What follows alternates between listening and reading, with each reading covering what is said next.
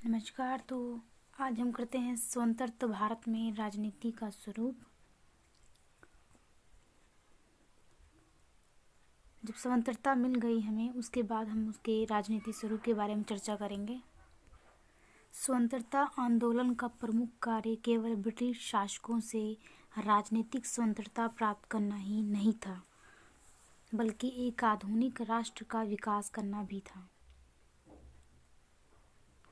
ये कहा जा सकता है कि देश में राजनीतिक स्तर पर कुछ निश्चित कदम उठाए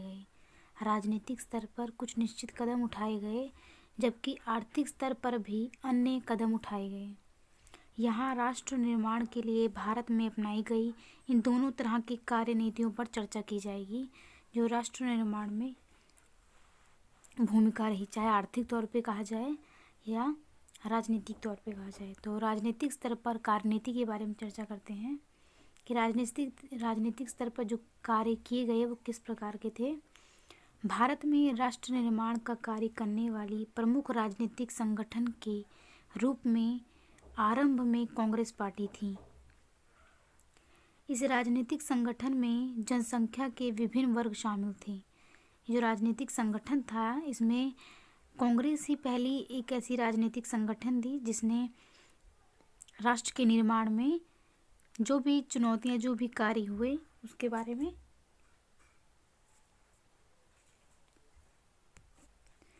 इस राजनीतिक संगठन में जनसंख्या के विभिन्न वर्ग शामिल थे और कुछ तो बिल्कुल विपरीत, बिल्कुल अलग राजनीतिक सिद्धांतों वाले कार्यकर्ता भी थे। जो राजनीतिक सिद्धांतों वाले कार्यकर्ता भी थे, समाज के विभिन्न स्तरों के लोग कांग्रेस पार्टी के सदस्य थे। चाहे वो निम्न जाति की बात की जाए, मतलब हर तरह के लोग कांग्रेस पार्टी में सम्मिलित थे। जहाँ एक तरफ समाज में अछूत समझे जाने वाले लोग थे, वहाँ दूसरी तरफ ब्राह्मण और ठाकुर जैसे ऊंची जाति के लोग भी थे। इसमें कुछ लोगों की मोक्षवादी के प्रति अपनी प्रतिबद्धता थी, सोच थी, जबकि कुछ अन्य ने हिंदू राष्ट्र को तथा कुछ और लोगों ने इस्लामी राष्ट्रवाद को बढ़ावा दिया। किसी ने हिंदू राष्ट्र को बढ़ावा दिया तो किसी ने इस्लामी राष्ट्रवाद को बढ़ावा दिया। कांग्रेस में इतनी विभिन्नता आकस्मिक नहीं थी। पार्टी के नेता शहरी पेशे वर्ग के थे जो पार्टी के नेता होते थे। उन्हें यह बात अच्छी तरह मालूम थी कि राष्ट्र निर्माण भी उतना ही जरूरी है जितनी कि राजनीतिक स्वतंत्रता। अंततः विभिन्नता वाले अधिक से अधिक समूहों को संगठित करना उनकी प्रमुख राजनीतिक गतिविधि थी। उनकी जितने भी अलग अलग समूह हैं, उनको इकट्ठा करना, अपनी राजनीति में सम्मिलित करना, यही उनका प्रमुख कार्य था। राजनीति अपनी जो गतिविधियाँ थी, उनको एक तरह जितने भी अलग अलग समूह, उनको संगठित कर लेना अपने में। आज़ादी के बाद की राजनीति में भी यही बात दिखाई दी। संविधान सन 1950 में स्वीकृत किया गया संविधान राष्ट्र निर्माण दिशा में पहला कदम था। हमारे पास एक लिखित संविधान है जो एक विस्तृत प्रलेख है, मतलब एक लिखा हुआ संविधान है। इसमें सरकार के गठन की रूपरेखा है और यही सरकार के गठन का आधार भी है। तो आइए देखें ये रूपरेखा क्या है। संघीय सरकार।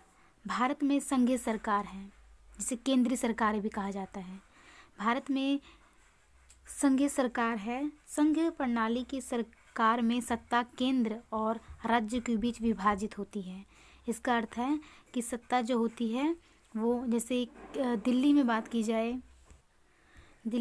जैसे दिल्ली केंद्र सरकार की बात की जाए या राज्यों के बीच की बात की जाए, तो जो संघीय प्रणाली की सरकार में सत्ता केंद्र और राज्यों के बीच विभाजित होती है, बटी होती है सरकार। संविधान में केंद्र और राज्य दोनों में संसदीय प्रणाली की सरकार की बात कही की गई है। संसद शब्द के कई अर्थ हैं। इनमें से सबसे महत्वपूर्ण अर्थ है कि यह जनता के प्रतिनिधियों की सभा है। संसद जनता के प्रतिनिधियों की सभा है और ये चर्चा के लिए एकत्र हुए लोगों की संस्था है, जो किसी भी बात पे, किसी भी मुद्दे पे चर्चा करते हैं संसद में, और ये जनता की सभा होती है। हमारे देश के संदर्भ में संसद शब्द सरकार हमारे देश में संसद शब्द सरकार के वैधानिक अंग का संकेत करता है। राष्ट्रपति का स्थान संवैधानिक रूप से देश तथा प्रधानमंत्री के नेतृत्व में मंत्रिपरिषद के प्रमुख के रूप में होता है। किसका? राष्ट्रपति का जो स्थान होता है। प्रधानमंत्री का स्थान कार्यपालिका के प्रमुख के रूप में होता है। कार्यपालिका जो कार्य करवाते हैं, जो कार्य रूल्स, जो भी कार्य फॉलो करवाते हैं, तो ये कार्यपालिका का ही होता है। प्रधानमंत्री का स्थान कार्यपालिका के प्रमुख के रूप में होता है और कार्यपालिका विधानमंडल के प्रति जिम्मेदार होती है। संसद में राष्ट्रपति तथा संसद के दोनों सदन अर्थात राज्यसभा और लोकसभा शामिल होते हैं। कहाँ पे? संसद में। चाहे राज्यसभा की बात की जाए या लोकसभा की बात की जाए, दोनों शामिल होते हैं संसद में, और राष्ट्रपति भी होता है। राष्ट्रीय राजनीति के प्रमुख तत्वों का इसमें चित्र में बताया गया है कि प्रमुख तत्वों का इसमें ये बताया गया, जैसे राष्ट्रपति भवन है, लोकतंत्र है, मतदाता है, संसद है, तो इसमें चित्र बताया गया है। और हम आगे पढ़ते हैं। राज्यों में मंत्रिपरिषद का नेतृत्व मुख्यमंत्री द्वारा किया जाता है और उसे राज्य विधानसभा के प्रति जिम्मेदार ठहराया गया है। हर राज्य में एक विधानमंडल होता है।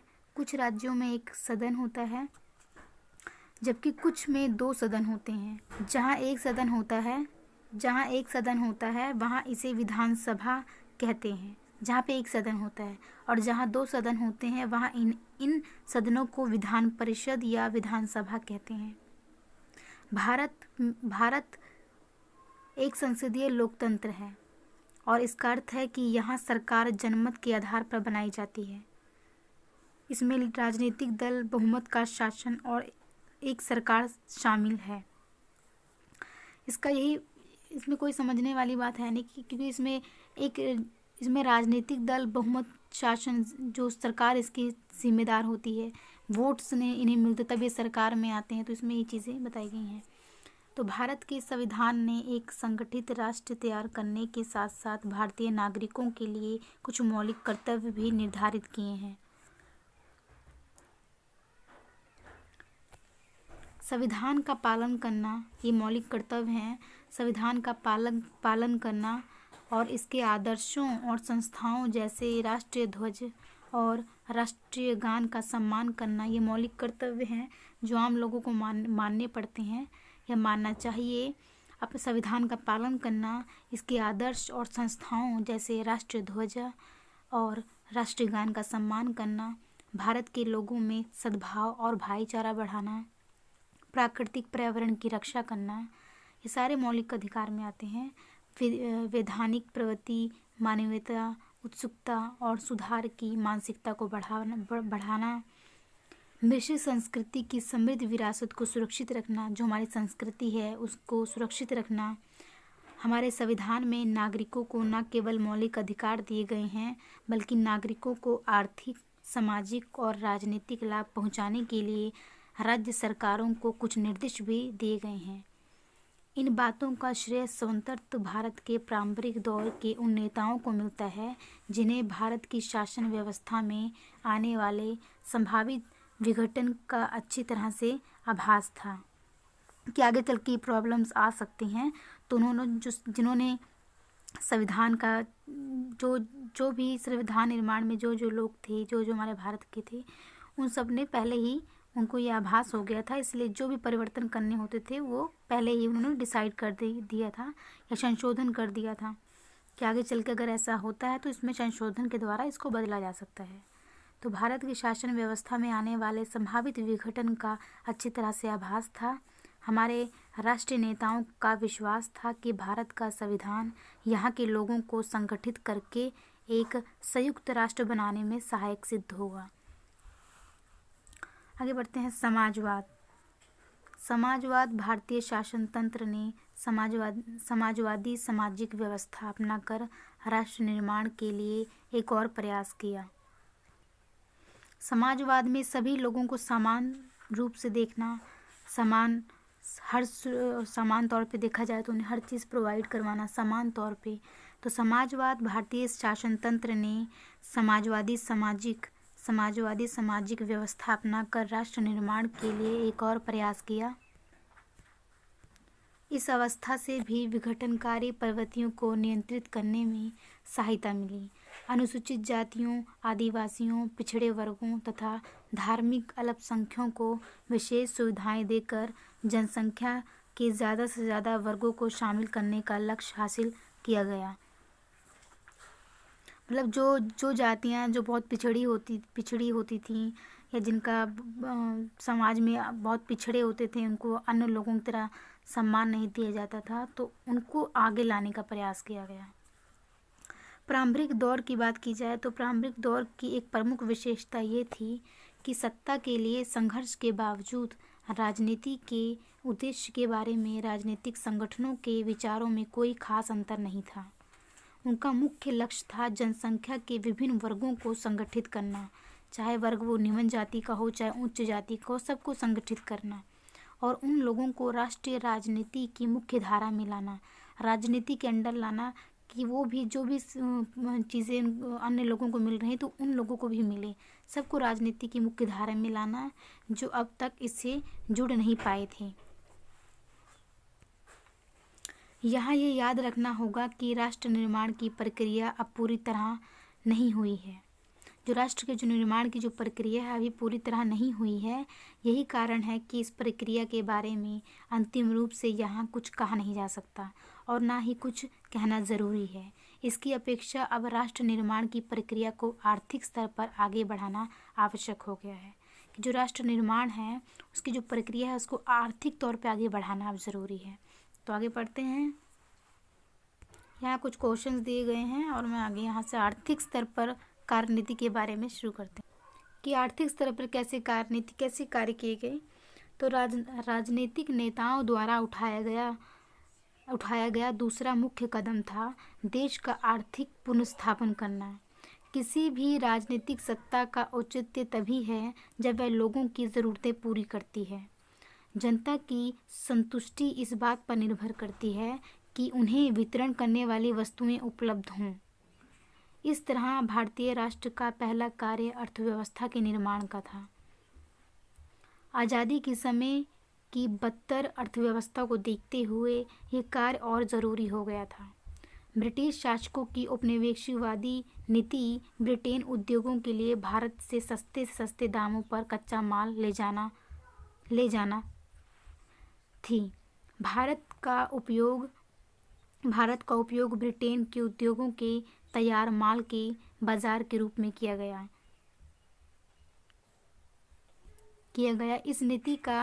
इस नीति का परिणाम ये हुआ कि देश में उद्योग नहीं पनप सके, क्योंकि जो उद्योग थे कहीं ना कहीं ब्रिटिश लोगों ने जो हमारे भारत पे इन्होंने कब्जा किया था तो उन्होंने ही सारा कुछ ख़त्म कर दिया। छोटे छोटे जो उद्योग लगे होते थे गांव में उसको सब उन्होंने ख़त्म कर दिया। ब्रिटिश शासनकाल में जो थोड़े बहुत उद्योग पनपे वे अंतर्राष्ट्रीय राजनीति में ब्रिटेन के महत्व की वजह से पनपे। इन उद्योगों ने किसी भी तरह से देश की अर्थव्यवस्था को मजबूत करने में सहायता नहीं की, क्योंकि जो लाभ चाहते थे वो ब्रिटेन के लोग अपने लिए चाहते थे, ना कि भारतीयों के लिए।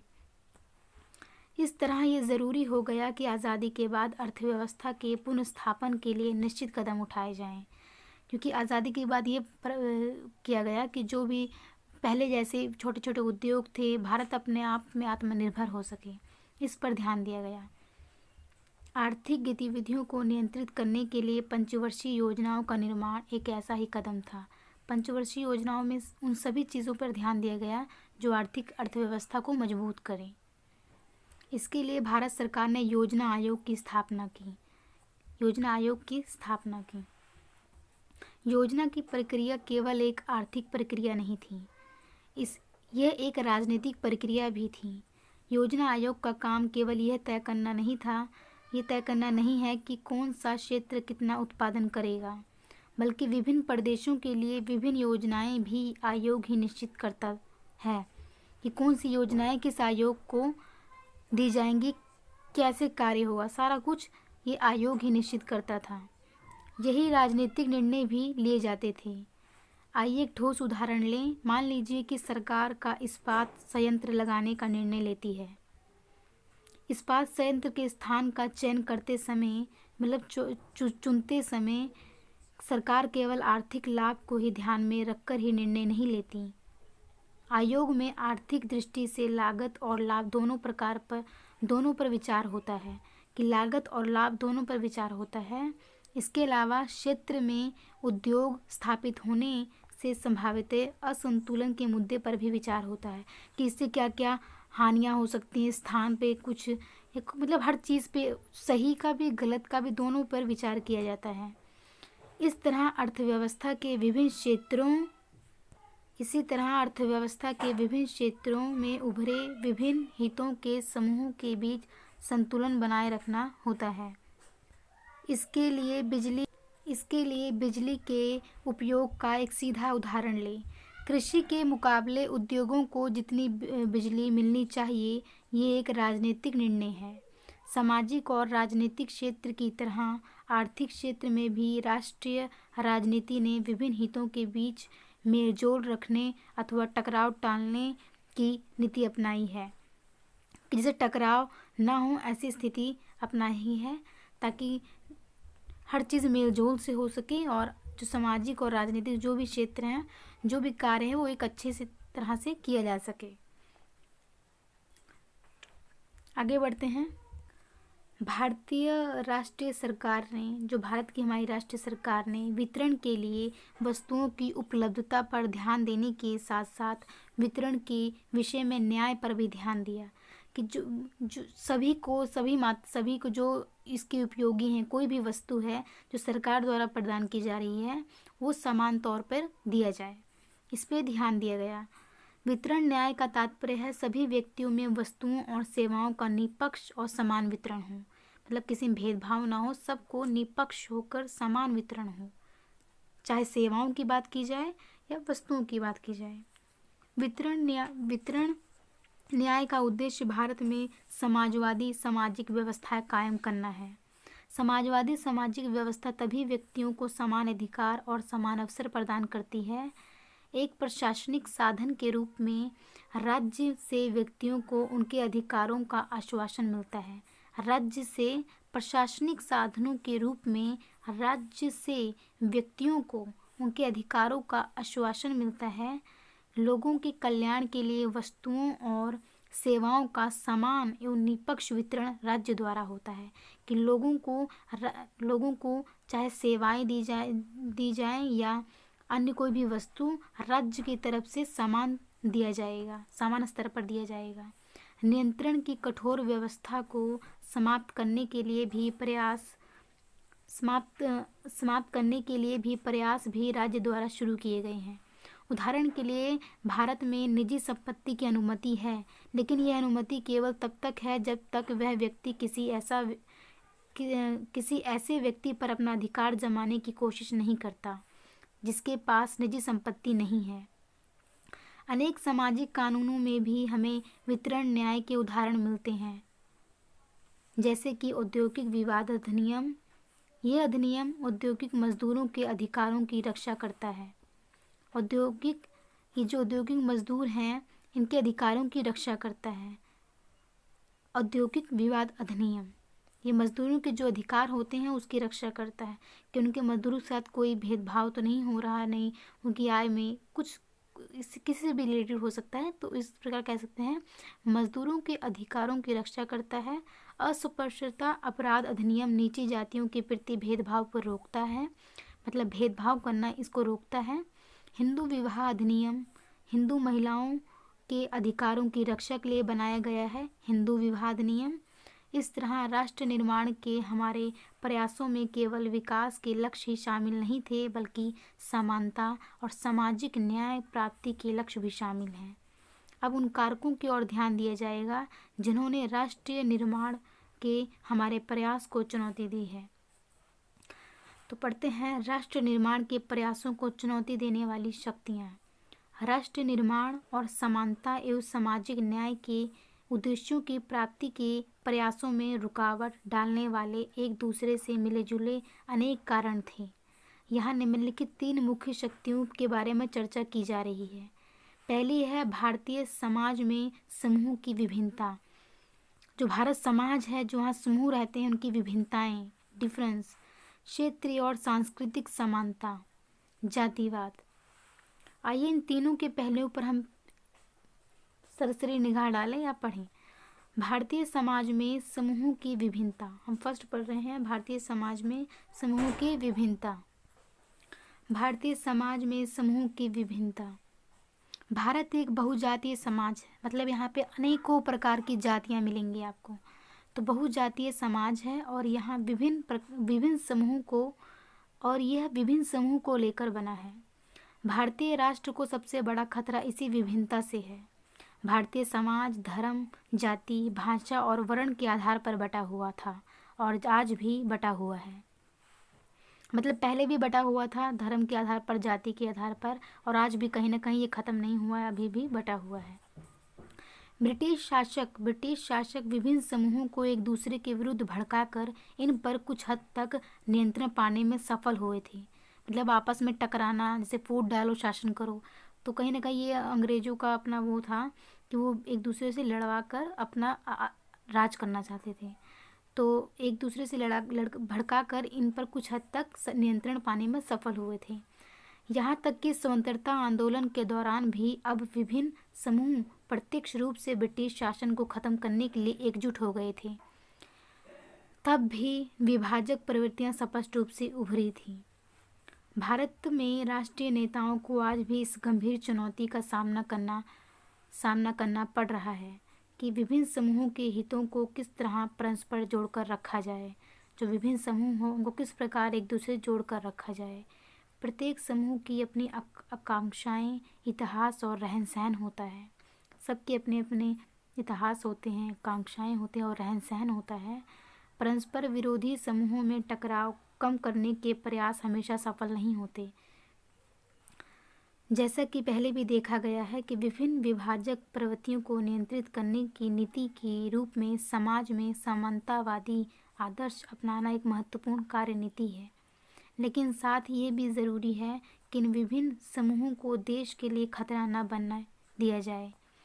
मतलब उतनी ही मात्रा में उन समूहों को बनने दिया जाए जो देश के लिए खतरा ना बने, चाहे वो धर्म से रिलेटेड हो या भाषा के, जाति संबंधित हो। इतना नहीं वो कि भारत पे ही कब्जा उनका हो जाए, उतना ऊपर नहीं उठना चाहिए। तो आगे बढ़ते हैं। क्षेत्रीय और सांस्कृतिक समानता। क्षेत्र की बात करेंगे और हमारी जो सांस्कृतिक समानता है उनके बारे में बात करेंगे। राष्ट्र निर्माण के कार्य के दौरान, जब राष्ट्र का निर्माण हो रहा था, उन कार्य के दौरान क्षेत्रीयता की चुनौती भी सामने आई। हमने देखा कि हमारे देश की राष्ट्रीय राजनीति में अभी भी क्षेत्रीय राष्ट्रीयताएं उठ खड़ी होती हैं। ये भाषा के आधार पर प्रदेशों के गठन से भी स्पष्ट है। इसके अतिरिक्त गोरखा लोगों द्वारा गोरखालैंड की मांग और कुछ अन्य जनजातियों द्वारा अलग बोडोलैंड की मांग से भी क्षेत्रीयता की भावना स्पष्ट होती है। कुछ ऐसे उदाहरण भी हैं जहां सरकार को इन मांगों को स्वीकार करना पड़ा। उदाहरण के लिए झारखंड मुक्ति मोर्चा द्वारा शुरू किया गया आंदोलन के परिणाम स्वरूप 1995 में झारखंड क्षेत्र ऑटोनोमस काउंसिल तथा नवंबर 2000 में झारखंड राज्य का गठन हुआ। मतलब लोग अपने क्षेत्र भाषा के आधार पर कहते हैं कि हमें ये राज्य चाहिए, या तो इस प्रकार झारखंड जो एक राज्य बना, ये कहीं ना कहीं लोगों के द्वारा आंदोलन करने के बाद ही 1995 में झारखंड का राज्य का गठन हुआ। नवंबर 2000 में राज्य का गठन हुआ। इसका अर्थ यह नहीं है कि क्षेत्रीय अस्मिता पर ध्यान ही न दिया जाए। कुछ लोगों का यह कहना है कि क्षेत्रीयता को पूरी तरह पनपने नहीं दिया जाना चाहिए, क्योंकि ये विघटन को बढ़ावा देती है। राष्ट्र ने पहले भी ऐसी समस्याओं का सामना किया है, इसलिए समाधान की प्रक्रिया ने शासन तंत्र में क्षेत्रीयता को अपने में समेटे रहने की क्षमता दी है। समाधान कि राजनीति ने अनेक समूहों के विभिन्न हितों को राष्ट्रीय ढांचे में शामिल कर लिया है। प्रारंभ में राष्ट्रीय राज्य की सफलता के बावजूद, जो राष्ट्रीय राज्य है उसकी सफलता के बावजूद विभिन्न संस्कृतियों ने अपने अलग अस्मिता को बनाए रखा। उदाहरण के लिए दक्षिणी राज्यों ने राष्ट्रभाषा के रूप में हिंदी का विरोध किया। जो दक्षिणी लोग हैं, दक्षिण भारत के लोग हैं, उन्होंने हिंदी का विरोध किया। राज्यों के पुनर्गठन की मांग ऐसा ही एक उदाहरण है। इसके अतिरिक्त कई धार्मिक अल्पसंख्यों, जो कम संख्या है जिनकी, संख्यों ने मांग की कि वे अपने अनुयायियों के जीवन को नियमित रख सकें। वास्तव में राष्ट्रीय स्तर की राजनीति ने क्षेत्रीय और सांस्कृतिक अस्मिता को मान्यता दी और यहाँ तक केंद्र सरकार ने उन्हें कानूनी स्वीकृति भी दी। भारत ने 1992 तक 15 भाषाओं को राष्ट्रभाषा के रूप में मान्यता दी थी कि एक राष्ट्रभाषा होगी। कितनी? 15 भाषाओं को। कब? 1992 तक। 1992 में संविधान के 71 संशोधन द्वारा 3 भाषाएं जोड़ी गईं और 2003 में संविधान की 8वीं सूची में 18 राष्ट्रीय भाषाओं को समावेश किया गया। प्रत्येक राज्य सरकार को अपनी क्षेत्रीय भाषा में कामकाज करने का अधिकार मिला कि जो भी राज्य है वो अपने क्षेत्र की भाषा में कोई भी काम हो तो वो कर सकता है। ये अधिकार मिल गया। अल्पसंख्यकों की धार्मिक, सामाजिक और राजनीतिक गतिविधियों में हस्तक्षेप नहीं होता है। कुछ लोगों को ऐसा लगता है कि अल्पसंख्यकों को कुछ ही अधिक सुविधाएं मिली हैं। मतलब कुछ लोग कहते हैं कि जो कम संख्या, जिनकी कम संख्या है, उन्हें ज़्यादा सुविधाएं दी जा रही हैं। ऐसा विचार रखने वालों की संख्या बहुत कम नहीं है। मतलब यही सोचते हैं कि जो संख्या में कम है उनको सुविधाएं ज़्यादा मिल रही हैं। ऐसे बहुत लोग सोचते हैं। लेकिन कुछ ऐसे लोग भी हैं जिन्होंने अल्पसंख्यकों के अधिकारों की रक्षा को राष्ट्र की एक प्रमुख उपलब्धि माना है कि ये जो अधिकार दिए गए हैं, ये राष्ट्र ने अच्छा कार्य किया है। इससे राष्ट्रीय राज्य संगठित रहता है। मतलब इससे सबको एक बराबर का दर्जा मिल जाता है कि जैसे निजी जाति जो लोग थे पहले, उनको बहुत ही छूट समझा जाता था। तो कहीं ना कहीं उनको जो सुविधाएं दी गई हैं अब वो मीडियम लेवल के लोगों के हिसाब से एकदम बढ़िया स्तर पर हैं। तो ये कहा जा सकता है कि ये करने से कुछ लोग ये मानते हैं कि अच्छा कार्य किया गया। इससे राष्ट्रीय राज्य संगठित रहता है और राजनीतिक एकता बनती है। अब पढ़ते हैं जातिवाद। हमने इसमें पढ़ा क्षेत्रीय और सांस्कृतिक समानता के बारे में पढ़ा और हम पढ़ेंगे जातिवाद के बारे में। आपने इसमें समझा होगा कि किस प्रकार भाषा की बात की जाए, संस्कृति के हिसाब से अलग राज्य की मांग करना, क्षेत्र के आधार पर। अब झारखंड जैसे एग्जाम्पल्स हैं। भाषा के आधार पर दक्षिण को ले लीजिए। दक्षिण ने किस प्रकार हिंदी को नहीं अपनाया, उन्होंने इसका विरोध किया कि जैसे इंग्लिश उत्तर भारत, जैसे उत्तर भारत और दक्षिण भारत, जैसे हिंदी जो है, जैसे इंग्लिश की बात की जाए, जैसे इंग्लिश उत्तर भारत के लिए एक विदेशी भाषा है, तो उसी प्रकार हमारे लोग जो दक्षिण के लोग हैं उनके लिए हिंदी एक विदेशी भाषा है, क्योंकि उन्हें भी हिंदी नहीं समझ में आती है और जिस प्रकार उत्तर भारत के लोगों को इंग्लिश नहीं समझ आती। तो यही बात इसमें कही गई है। मतलब मैं आपको एग्जाम्पल इसके हिसाब से समझा रही हूँ ताकि आपको समझ में आ जाए। आगे पढ़ते हैं जातिवाद। राष्ट्रीय राजनीति में जातिवाद के विषय पर अनेक व्यक्तियों, विद्वानों और नेताओं ने समान रूप से बार बार चर्चा की है। जाति भारतीय समाज की एक महत्वपूर्ण संस्था है। राजनीतिक क्षेत्र में इसकी विशेष भूमिका की उत्पत्ति हाल ही में हुई है। यह विस्तृत रूप से माना गया है कि राजनीतिक जोड़ तोड़ में जाति प्रमुख आधार बन गई है। मतलब जाति बहुत मायने रखती है राजनीति में। जाति लोगों को संगठित करने में प्रमुख भूमिका निभाती है। यही कारण है कि राजनीति में इसकी अपनी जगह बना ली है। राजनीति में इसने अपनी जगह बना ली है। एक सफल लोकतांत्रिक राष्ट्र के लिए भी ये एक ज़रूरत है। जाति की संस्था का राजनीतिकरण होने से भारत की राजनीतिक प्रक्रिया ने एक नया रूप अपना लिया है। भारत में राजनीतिक दलों का गठन जाति के आधार पर हुआ है और जाति के आधार पर ही भारत के मतदाताओं के मत डालने के व्यवहार को समझा जा सकता है। मतलब एक तरह से देखा जाए तो जाति के आधार पर ही वोट मिलने लग जाते हैं। जैसे मैं यादव हूँ तो मैंने कह दिया कि मैं आपकी सेवा करूँगा, नहीं एकदम यादव लोगों को, तो वो यादव लोग मुझे वोट्स दें।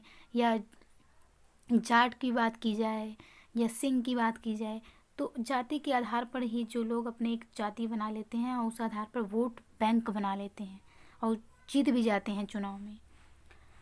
जातिवाद को सामाजिक बुराई समझा जाता है और समानता पर आधारित समाजवादी समाज से जाति के सिद्धांत मेल नहीं खाते। इसलिए राष्ट्रीय राजनीति में जाति की भूमिका को एक बुराई समझा जाता है, जो एक राजनीति की या राष्ट्र के निर्माण के लिए अच्छा नहीं है। क्योंकि जब इंसान जाति के आधार पर जीत गया चुनाव में, आगे चल के वो उन लोगों के लिए कार्य करे ना करे, अन्य लोगों को सुविधाएं मिले ना मिले, तो इस प्रकार सभी लोग इसके हकदार नहीं हो पाएंगे। कहीं ना कहीं एक वर्ग को ही लाभ मिलेगा। तो ये जो गलत है, एक बुराई समझा जाता है। इसे राष्ट्र निर्माण की प्रक्रिया को चुनौती देने वाला एक प्रमुख कारण समझा जाता है। इसके बावजूद लोगों को एकजुट करने के किसी अन्य विकल्प की अनुपस्थिति में जाति भारत की राष्ट्रीय राजनीति में निश्चित भूमिका निभाती है। तो कह सकते हैं कि जो राष्ट्रीय राजनीति है हमारी, उसमें जाति एक बहुत बड़ी भूमिका निभाती है, क्योंकि वोट बैंक जाति के आधार पर ही प्राप्त कर लिए जाते हैं। लोग चुनाव भी जाति के आधार पर ही करते हैं। आगे तो बस हमारा यही पेज रह गया है, उसके बाद ये चैप्टर कंप्लीट। तो शुरू करते हैं। ऊपर कुछ क्वेश्चंस दिए गए हैं ये, तो मैं राष्ट्रीय एकीकरण से पढ़ते हैं कि राष्ट्र का एकीकरण किस प्रकार होगा, लोग एकदम एक उसमें कैसे बन सकेंगे, सभी धर्मों के लोग, सभी जाति के लोग। तो पढ़ते हैं। समाज के विभिन्न भागों के समन्वित विकास की प्रक्रिया को राष्ट्रीय एकीकरण कहते हैं। समाज के विभिन्न भाग हैं, विभिन्न भागों के समन्वित विकास की प्रक्रिया को, सभी के विकास की प्रक्रिया को राष्ट्रीय एकीकरण कहते हैं। एकीकृत समाज में सामाजिक संस्थाओं और उनसे जुड़े मूल्यों को ऊंचे दर्जे की सामाजिक मान्यता प्राप्त होती है। भारत में भाषावाद, सांप्रदायिकता, सामाजिक असमानता और क्षेत्रीय विषमता कुछ ऐसे कारण हैं जो राष्ट्रीय एकीकरण के आदर्श के लिए खतरा है। आइए अब इन सब पर विचार करें। मतलब राष्ट्र को एक नहीं होने देती है, कहीं ना कहीं ये सारी चीज़ें खतरा है। जैसे भाषावाद, तो आप इसको क्वेश्चन में आ सकता है, राष्ट्रीय एकीकरण पर टिप्पणी दीजिए, या राष्ट्रीय एकीकरण पर कुछ भी क्वेश्चन बना के दिया जा सकता है, तो आप इसको ध्यान से सुनिएगा। भाषावाद, भारत एक बहुभाषाई राष्ट्र है। मतलब बहुभाषाई का मतलब भारत में विभिन्न लोग रहते हैं, विभिन्न भाषा बोलते हैं। अभी किसी अन्य राज्य में जाएंगे तो वहाँ कोई पंजाबी बोल रहा है, फिर अन्य यूपी की जाएंगे तो अवधी चल रही है, अवधी भाषा चल रही है, और दक्षिण में जाएंगे तो तमिल, केरला, सारी भाषाएं जो हैं वहाँ चलेंगी। तो इस प्रकार है, भारत एक बहुभाषाई राष्ट्र है। राजनीतिक जोड़ तोड़ करने के लिए आज़ादी के बाद से ही भाषा एक महत्वपूर्ण माध्यम साबित हुई है। उदाहरण के लिए दक्षिण भारत, विशेषकर तमिलनाडु राज्य में सत्ता हासिल करने के लिए भाषा के आधार पर लोगों की भावनाएं भड़काई गई। भाषा के आधार पर भाषा की समस्या के दो पहलू हैं, मुख्यतः विद्यालय, महाविद्यालय और लोक सेवा परीक्षाओं में शिक्षा का माध्यम। दूसरा है हिंदी भाषी और गैर हिंदी भाषी कट्टरपंथियों की मांगों को पूरा करना। जो गैर हिंदी हैं और जो हिंदी हैं उनकी मांगों को पूरा करना। पहले पहलू को देखते हुए सरकार ने त्रिभाषाएं फार्मूला अपनाया, 3 भाषाओं का फार्मूला अपनाया। इसके अंदर क्षेत्रीय भाषा अथवा क्षेत्रीय भाषा से अलग होने पर मातृभाषा की शिक्षा, हिंदी अथवा हिंदी भाषी राज्यों में किसी अन्य आधुनिक भारतीय भाषा की शिक्षा, अंग्रेजी अथवा अन्य किसी आधुनिक यूरोपीय भाषा की शिक्षा की व्यवस्था की गई है। भारत में आज संघ लोक सेवा आयोग की परीक्षा हिंदी, अंग्रेजी अथवा किसी भी अन्य क्षेत्रीय भाषा में दी जा सकती है। लोक सेवा आयोग जिसे कह सकते हैं आप, जहाँ से लोग आईएएस बनते हैं, आईपीएस बनते हैं, तो जो एग्ज़ाम्स जो देते हैं, तो जो एग्ज़ाम देने की जो वो है वो हिंदी में भी दे सकते हैं, अंग्रेजी में भी दे सकते हैं और अन्य क्षेत्रीय भाषा में दी जा सकती है। भाषा की समस्या के दूसरे पहलू अर्थात हिंदी और गैर हिंदी भाषी कट्टरपंथियों की मांग के संदर्भ में सरकार ने राजभाषा अधिनियम 1967 पारित किया, संशोधन किया। सरकार ने राजभाषा अधिनियम 1967 पारित किया।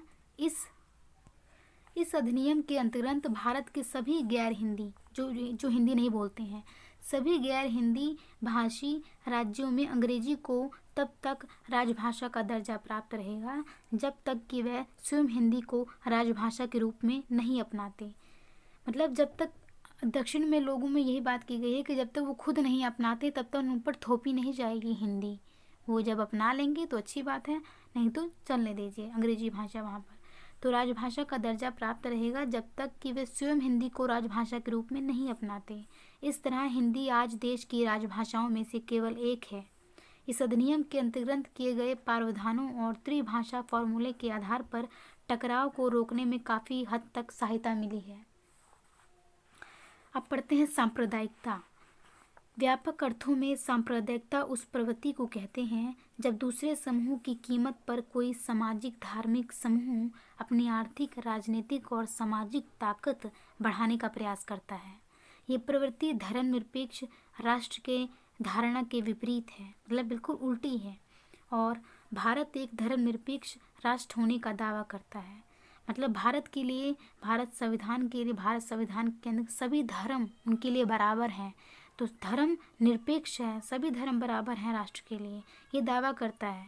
भारतीय संदर्भ में धर्मनिरपेक्षता उसे कहते हैं जिसमें सभी धर्मों के शांतिपूर्ण सह अस्तित्व की बात हो।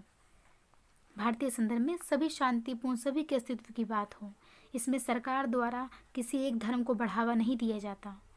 सरकार सभी धर्मों को समान भाव से देखती है, लेकिन भारत जैसे धर्मनिरपेक्ष राष्ट्र में भी हमें प्राय सांप्रदायिक संघर्षों का समाचार सुनने, देखने और पढ़ने को मिलता है। जैसे अभी भी मिलता है, अभी भी देख सकते हैं कि सब लड़ाइयाँ होती हैं, दिल्ली में ही देख लीजिए, तो अभी भी सुनने को मिलता है। लोकतंत्र और समाजवाद के लक्ष्यों की प्राप्ति के लिए सोच समझकर कदम उठाने के बावजूद भारतीय राष्ट्र सांप्रदायिक संघर्षों से मुक्त नहीं है। मतलब अभी भी सांप्रदायिक झगड़े होते रहते हैं। तो आगे पढ़ते हैं सामाजिक समानता। सामाजिक स्तर विन्यास की व्यवस्था में वस्तु, सेवा, संपत्ति और शक्ति, पावर, प्रतिष्ठा, स्टेटस जिसे कह सकते, प्रतिष्ठा, अधिकार, कर्तव्य, दायित्व और सुविधाओं के असमान वितरण के आधार पर भारतीय समाज में असमानता देखी जा सकती है। इन सारी चीज़ों का आप ध्यान से देख लीजिए, इनके आधार पर भारतीय समाज में असमानता देखी जा सकती है। उदाहरण के लिए जाति व्यवस्था के द्वारा पैदा की गई सामाजिक असमानता, वंशक्रमिक और अंतर्विवाह व्यवस्था होने के कारण इसमें सामाजिक परिवर्तन का स्थान बहुत कम है। अंतर्विवाह का है कि अपनी ही जाति में विवाह करना, अपनी ही जाति के लोगों से विवाह करना, और वंशक्रम के आधार पर ही कार्य करते रहना। तो वंशक्रमिक और अंतर्विवाह व्यवस्था होने के कारण इसमें सामाजिक जो परिवर्तन का स्थान बहुत कम है, परिवर्तन कम है। सामाजिक सुविधाएं और वित्तीय तथा शिक्षा के लाभ आमतौर पर केवल उच्च जाति वर्गों को ही प्राप्त हैं। तो कह सकते हैं सामाजिक जो सुविधाएं जो भी दी जाती हैं या वित्तीय व्यवस्था या शिक्षा की बात की जाए तो कहीं ना कहीं ये उच्च वर्गों के पास ही पहुंच जाती है या उन्हीं के वही लाभ उठा पाते हैं इसका। परिवर्तन की प्रक्रिया जैसे लोकतांत्रिकरण, पश्चिमीकरण, आधुनिकीकरण ने अधिक से अधिक लोगों तक ये सुविधाएं पहुंचाई। लोकतांत्रिकरण, पश्चिमीकरण जैसे जो तो कपड़े पहनावा या खान पान, जो भी अलग चीज़ें हैं जो अमेरिका जैसे विदेशी जैसे कह सकते हो, जो उन चीज़ों को अपनाते हैं और या जो चीज़ें नए परिवर्तन हो रहा है, आधुनिक बन रहा है, तो इनने अधिक से अधिक लोगों तक ये सुविधाएं पहुंचाई। आज जाति और राजनीति में भी बहुत गहरा संबंध है। पिछड़े वर्ग के लिए शिक्षा और नौकरी के क्षेत्र में स्थान सुरक्षित करने के लिए विभिन्न आयोग बने। यह जाति व्यवस्था को राजनीति से जोड़ने की प्रवृत्ति का एक उदाहरण है। जनसंख्या के शोषित और पीड़ित वर्ग के लोगों को आगे बढ़ाना यद्यपि ज़रूरी था, लेकिन जाति व्यवस्था पर ज़रूरत से ज़्यादा जोर देने से राष्ट्र निर्माण की प्रक्रिया पर प्रतिकूल प्रभाव पड़ता है। मतलब ज़्यादा ध्यान नहीं देना चाहिए जाति व्यवस्था पर, लेकिन इतना ज़्यादा ध्यान देने से कहीं ना कहीं समाज पर बुरा प्रभाव पड़ता है, क्योंकि कहीं ना कहीं वोट्स बैंक बन रहे हैं जाति के आधार पर। तो ये बुरी बात है, क्योंकि अन्य लोगों को इसका लाभ कहाँ मिल पाएगा अगर जाति के आधार पर ही सब कुछ होने लग जाए तब। तो आगे बढ़ते हैं। क्षेत्रीय विषमता। क्षेत्रीय विषमता भारत के विभिन्न क्षेत्रों के असमान विकास का राष्ट्रीय एकीकरण पर प्रतिकूल प्रभाव पड़ा है। आज़ादी के बाद हुए अनेक सामाजिक आंदोलनों का मुख्य कारण यही असमान विकास था। उदाहरण के लिए बिहार, मध्य प्रदेश, पश्चिम बंगाल और उड़ीसा के जनजातीय समूहों ने झारखंड आंदोलन में अन्य प्रश्नों के अलावा क्षेत्र की पिछड़ेपन का प्रश्न भी उठाया। पृथक राज्य की मांग करते हुए, मतलब अलग राज्य की मांग करते हुए इस आंदोलन से जुड़े हुए लोगों का कहना था कि इस क्षेत्र के समृद्ध प्राकृतिक संसाधनों का शोषण कर उन्हें दूसरों के लाभ के लिए भेजा जा रहा था। इन लोगों ने संभावित या वास्तविक भय कि वे सुख सुविधाओं से वंचित थे, असंतोष पैदा कर रहा था। वे सोचने लगे थे कि भारत का अंग बने रहने पर उनके क्षेत्र का सामाजिक और आर्थिक विकास नहीं होगा। अंततः केंद्र सरकार ने नवंबर 2000 में उनकी मांग पूरी की और झारखंड राज्य का गठन हुआ। मांग थी बिहार, उड़ीसा, मध्य प्रदेश तथा पश्चिम बंगाल के जनजातीय क्षेत्रों को मिलाकर अलग राज्य बने। जो जनजातीय क्षेत्र हैं इन जनजातीय क्षेत्रों को मिलाकर एक अलग राज्य बने, पर अंततः बिहार के कुछ इलाकों का ही समावेश नए राज्य में हुआ। बिहार के ही कुछ इलाकों को ही नए राज्य में मिलाया गया। स्पष्ट है कि सामाजिक आर्थिक विकास के परिप्रेक्ष्य में क्षेत्रीय असंतुलन समय समय पर संगठित राष्ट्र की धारणा के लिए खतरा बन जाता है। तो कहीं ना कहीं इसमें यही बात है कि जो सुविधाएं लोगों को दी जाए, जो सुविधाएं जिस प्रकृति में, जिस पर्यावरण में रहते हैं, कहीं ना कहीं उन पर्यावरण को वहाँ से दूसरे लोगों को लाभ पहुँचाना, जैसे इसमें बात की गई है कि जो प्राकृतिक संसाधन थे कहीं ना कहीं दूसरे लोगों को लाभ पहुँचाना, तो कहीं ना कहीं उन लोगों को भी जो वहाँ रह रहे थे उन लोगों को भी इससे असंतोष पैदा कर रहे थे, वो भी ये सोच रहे थे कि ये गलत है। तो इस तरह कहीं ना कहीं उनको जो सुविधाएं जो मिलनी चाहिए तो वो नहीं मिल पा रही थी, और इस प्रकार लड़ाई झगड़े कहीं ना कहीं ये भी कारण थे जिसकी वजह से उन्होंने अलग राज्य की मांग की। तो इस सब में यही चीज़ों की बात की गई है। तो आज के लिए हमारा ये चैप्टर ख़त्म हुआ, तो हम नेक्स्ट वीडियो लेकर आएंगे जिसमें हम नेक्स्ट शुरू करेंगे। आज हमारा ये चैप्टर कंप्लीट हो चुका है। तो आज के लिए इतना ही। Thank you so much.